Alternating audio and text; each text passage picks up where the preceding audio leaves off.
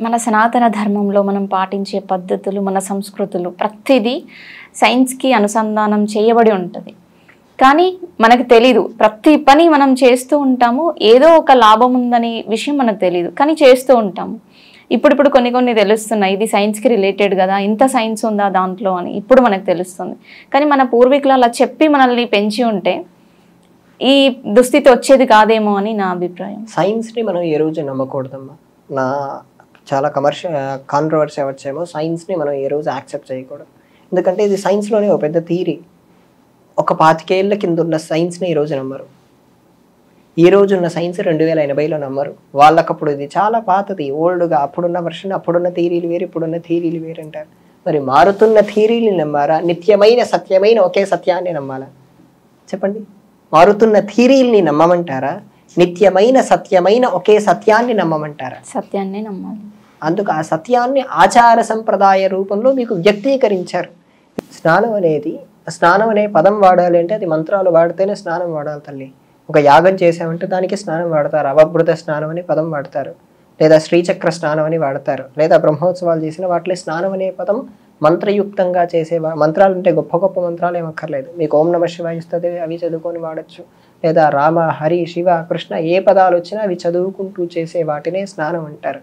మనం చేసే వాటిని ఏవి చదువుకోకుండా ఏవో ఆలోచనతో వేడి నీళ్ళు అలా బకెట్ నిండా పట్టుకొని పోసేదాన్ని నీళ్లు పోసుకోవటం అంటారు తల్లి. సో సైన్స్ థియరీస్ని ఎప్పుడూ అంత తొందరగా యాక్సెప్ట్ చేయనవసరం లేదు.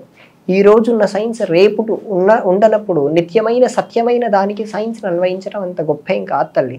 ఇప్పుడున్న సైన్సే గొప్ప అనుకున్నప్పుడు అతి తొందరలో ChatGPT 4.0 వస్తుంది. అది ఇప్పుడున్న AI సిస్టమ్ని మొత్తం ధ్వంసం చేస్తుంది. చాలా హై టెక్నాలజీలో చాలా క్రియేట్ చేస్తున్నారు.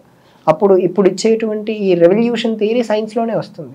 మరి అప్పుడే ఉంటాం సైన్స్లోనే అంత మార్పులు తొందరగా పొందుతుంది. మనము నిత్యంగా సత్యంగా అనాదిగా అపూర్వంగా ఒకే సత్యాన్ని ఆచరిస్తున్నాం.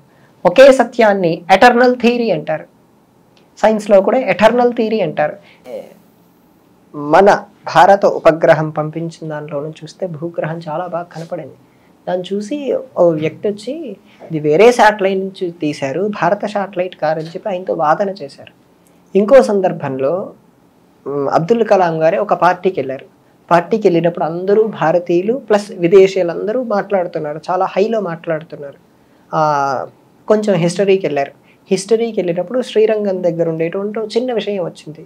అప్పుడు ఇక్కడ ఉండేటువంటి భారతీయులు కాదండి, ఇది ఫ్రాన్స్ వాడు మనకు అందించాడు, మన దగ్గర ఏమీ లేదనేటువంటి కొట్టివేసే విధానంతో అబ్దుల్ కలాం గారితో మాట్లాడారు. ఆయన చాలా సున్నిత భావంతో తిరస్కరిస్తూ కాదండి, నేను ఉదాహరణ ఇవ్వగలను, ఇదిగోండి విదేశస్తుడే పుస్తకం రాశాడు, ఇది భారతదేశంలోనే తయారైందని చెప్పి అప్పటికప్పుడు పుస్తకం చూపించాడు.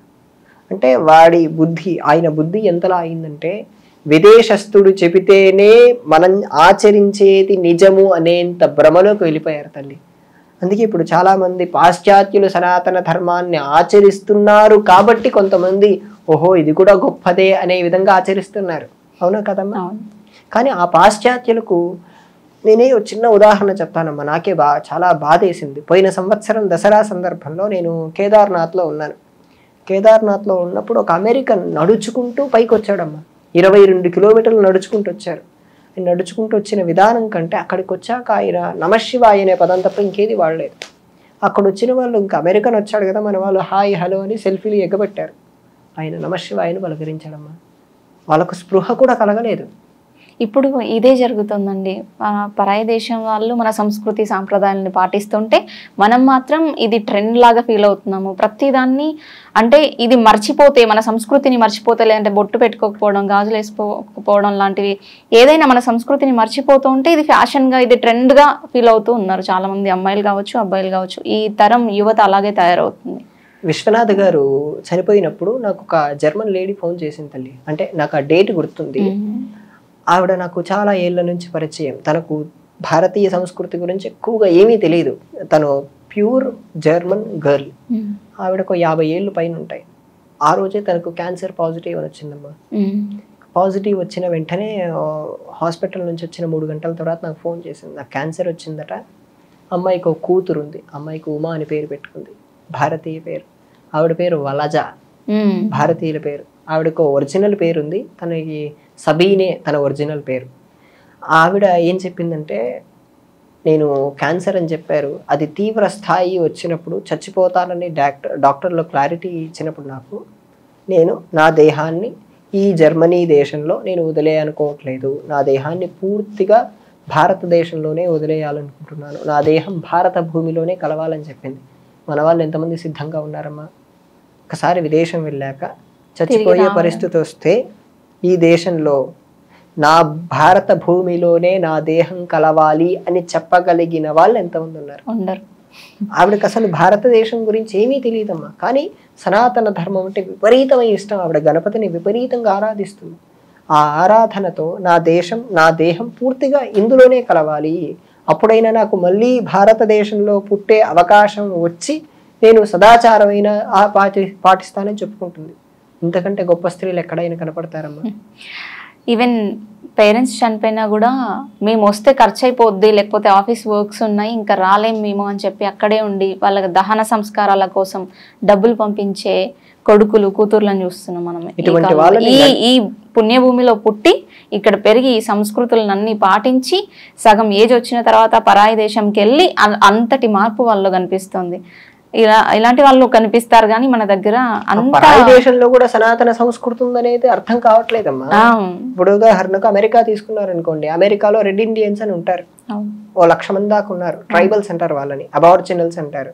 ఈ అబార్జినల్స్ ఒక 100 ఏళ్ల కిందట ఒక ఆయన హిందూ అమెరికా అని ఒక పుస్తకం రాశాడు ఇంగ్లీష్లో. ఆయన ఎంత రీసెర్చ్ చేశాడంటే వాళ్ళందరూ సూర్యవంశ క్షత్రియులు అని రాశారు. అబార్జినల్స్ అమెరికాలో ఉండే రెడ్ ఇండియన్స్ సూర్యవంశ క్షత్రియులు అంటారు.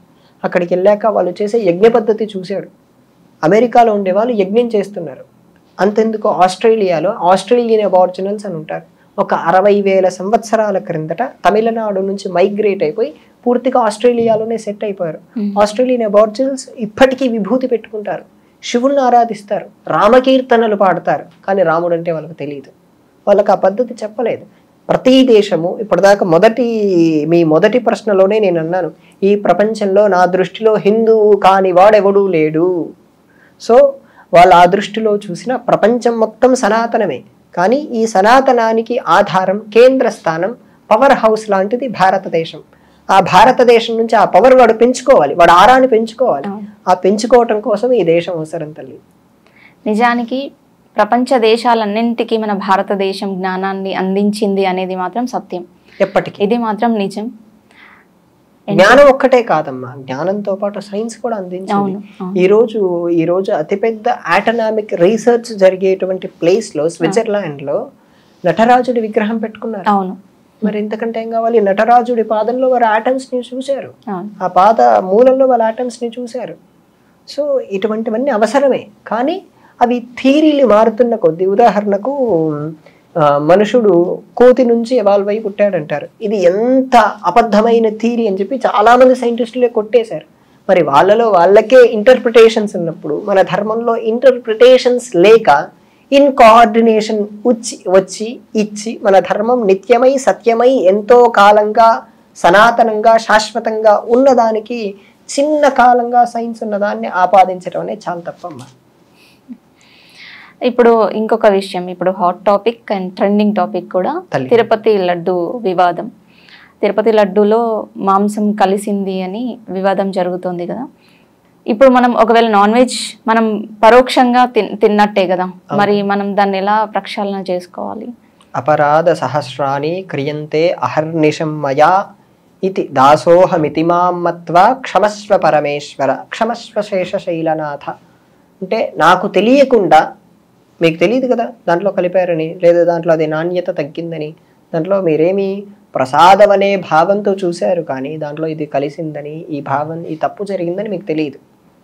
సో ఆ తప్పు మీకు తెలియకుండా జరిగింది కాబట్టి మీకు తెలుగులోనే, స్వామి నాకు తెలియకుండా నేను మాంసాహారాన్ని స్వీకరించినందుకు శ్రీనివాస నన్ను క్షమించు అని ప్రార్థన చేస్తాం. ఇప్పటి వరకు ఒక్క యాక్షన్ జరగలేదు, ఒక్కరిని అరెస్ట్ చేయలేదు. రాజమండ్రిలో ఎన్ని ఆలయాలను కూల్చేశారని, నడి రోడ్లో చిన్న గణపతి ఆలయం ఉంటే కూల్చేశారు. ఇప్పటి వరకు ఒక్కరిని పట్టుకోలేదు. రాత్రికి రాత్రి అందరూ పడుకున్న సందర్భంలో లోపల ఉండే విగ్రహమూర్తుల్ని ధ్వంసం చేసి వెళ్ళిపోయిన ఆలయాలు ఎన్ని ఉన్నాయి. వాళ్ళను దుండగులు, పిచ్చి వాళ్ళని పేర్లు పెట్టి వాళ్ళను వదిలేశారు.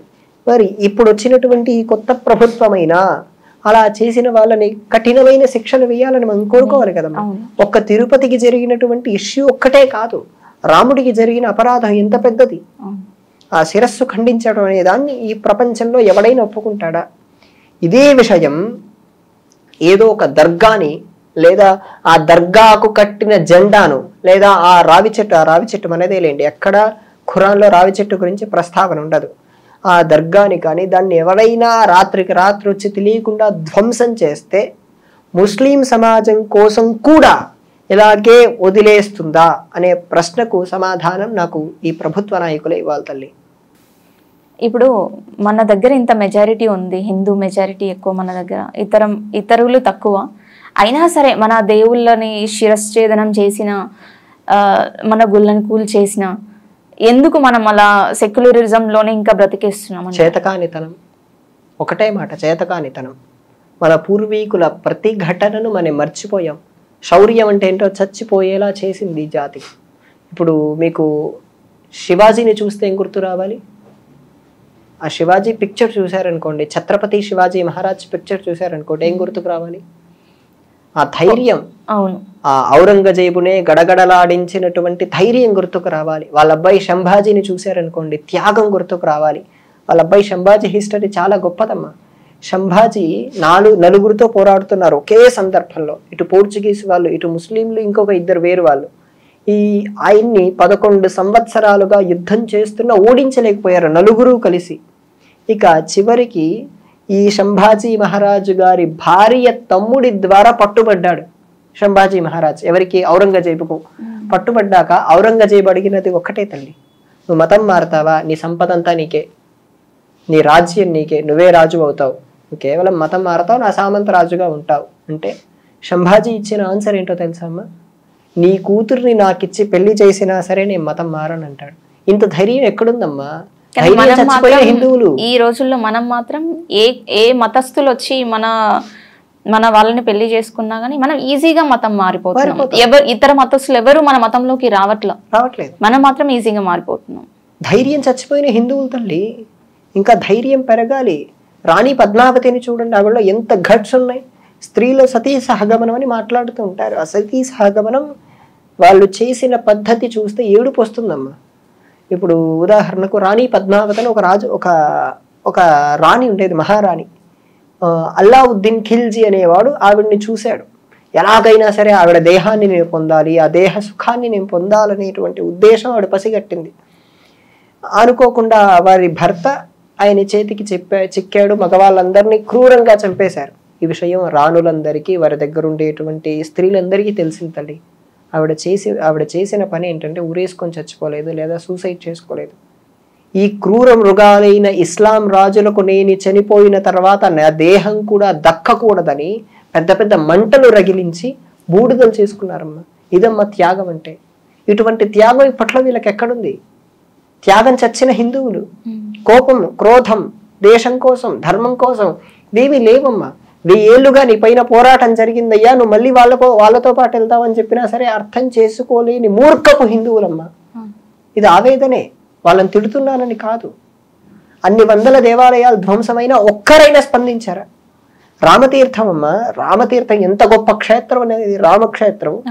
రామక్షేత్రంలో ఆ రాముడి శిరస్సును ఖండించి ఎక్కడో శివాలయంలో పడేసి పారిపోయారు. చేతులు అక్కడ అమ్మవారి విగ్రహానికి ఉండేటువంటివన్నీ ధ్వంసం చేశారు. మరి ఒక్క యాక్షన్ ఇప్పటి వరకు జరిగిందా? ఒక వారం 10 రోజులు మన హిందూ సంఘాలు ఇవన్నీ ధర్నాలు చేశాయి, హడావిడి చేశాయి. దాని తర్వాత ఏంటి? వాళ్ళు అరెస్ట్ అయ్యారా? వాళ్ళు ఏంటి చేసిన వాడికి ఏంటి? తర్వాత కర్మఫలం చూపిస్తుంది, కానీ మనం చూపించాలి కదా. మనం చూపించకపోతే మనం సత్తా లేని వాళ్ళమే అవుతాం కదా. ఇంకా జరుగుతుంటే చూస్తూ ఉండిపోతున్నాము. ఇంకా ఏంటంటే అవకాశం ఇచ్చిన వాళ్ళం అవుతున్నాము, పోరాడకుండా అలాగే ఉండడం వల్ల అనిపిస్తుంది. మన క్షత్రియత్వాన్ని ఇజ్రాయిల్ తీసుకుందామో అనిపిస్తుందమ్మా. ఇజ్రాయిల్ చూడండి, నిన్న ఆ హమాస్ ఆ ముఖ్య లీడర్ని ఎలా చంపేశారు? వాడి దేశంలో, ఆ లెబనాన్లో ఉండి మరి ఈ ఇజ్రాయిల్ వాళ్ళు ఎలా చంపగలిగారు? మన క్షత్రియత్వాన్ని వాళ్ళు స్వీకరించారు అనిపిస్తుంది. బహుశా వీళ్ళందరికీ ఇంకా బొట్టు గాజులు పెట్టేయాలి అలా అనిపిస్తుందమ్మా. నిజంగా క్షత్రియులు లేని రాజ్యమే కాదు. క్షత్రియులు ఈ దేశానికి చాలా అవసరం. ఆ క్షత్రియ తత్వాన్ని పోగొట్టుకున్నాం. క్షత్రియులు అంటే ఆ పుట్టిన వర్ణం వాడే రాజుగా రావాలి, కాన్స్టిట్యూషన్స్ అన్ని తీసేయాలి వాడే, అది కాదు. మనలో ప్రతి ఒక్కరం క్షత్రియ అవ్వాలి. We should protect our country. ఆ కంట్రీని మాత్రమే ప్రొటెక్ట్ చేయకుండా ఈ కంట్రీకి ఆధారం ఏంటి అంటే ఏం చెప్తాం? ఈ కల్చర్. ఈ కల్చరే ఈ కంట్రీలో లేనప్పుడు ఈ కంట్రీ మిగలదమ్మా. ఎప్పుడైతే భారతదేశంలో ఇతర మతాలు విజృంభణ జరుగుతాయో ఆ రోజు ప్రపంచానికి పీడ, ఆ రోజు ప్రపంచమే నాశనం అవుతుంది. ఈరోజు చూడండి, ఇస్లాం దేశాల్లో ఎంతో వ్యాప్తిగా ఉన్నాయి. ఇస్లాం దేశాలన్నింటిలో షరియత్ లా అని ఒకటి ఉంటుంది. అంటే వాళ్ళలానే బతకాలి, అక్కడ హిజాబ్ వేసుకోకుండా బయటికి రాలేరు. కానీ చాలా దేశాల్లో అవి తప్పు, హిజాబ్ స్త్రీలు తీసేసి రావాలని చెప్పి చాలా దేశాలు ప్రకటించాయి. మొన్నటికి మొన్న వరకు స్త్రీలకు సౌదీ లాంటి దేశాల్లో డ్రైవింగ్ లైసెన్స్ ఇచ్చేవారు కాదు, డ్రైవింగ్ వచ్చినప్పటికీ. ఎందుకంటే స్త్రీలు ఇంట్లోనే ఉండాలి. కానీ మనం ఏంటి, రాణి పద్మావతి, దుర్గావతి, ఇటువంటి ఝాన్సీ లక్ష్మీబాయి, ఇటువంటి శౌర్యుల్ని తయారు చేసినటువంటి దేశం. మనం ఈ క్షత్రియుల్ని, ఈ స్త్రీల నుంచి అయినా సరే ఈ క్షత్రియత్వాన్ని ఈ హిందువులు పొందాలని ప్రార్థించాలి తల్లి. ధన్యవాదాలండి. చాలా ప్రశ్నలకి సమాధానాలు ఇచ్చారు. దేశం కోసం, ధర్మం కోసం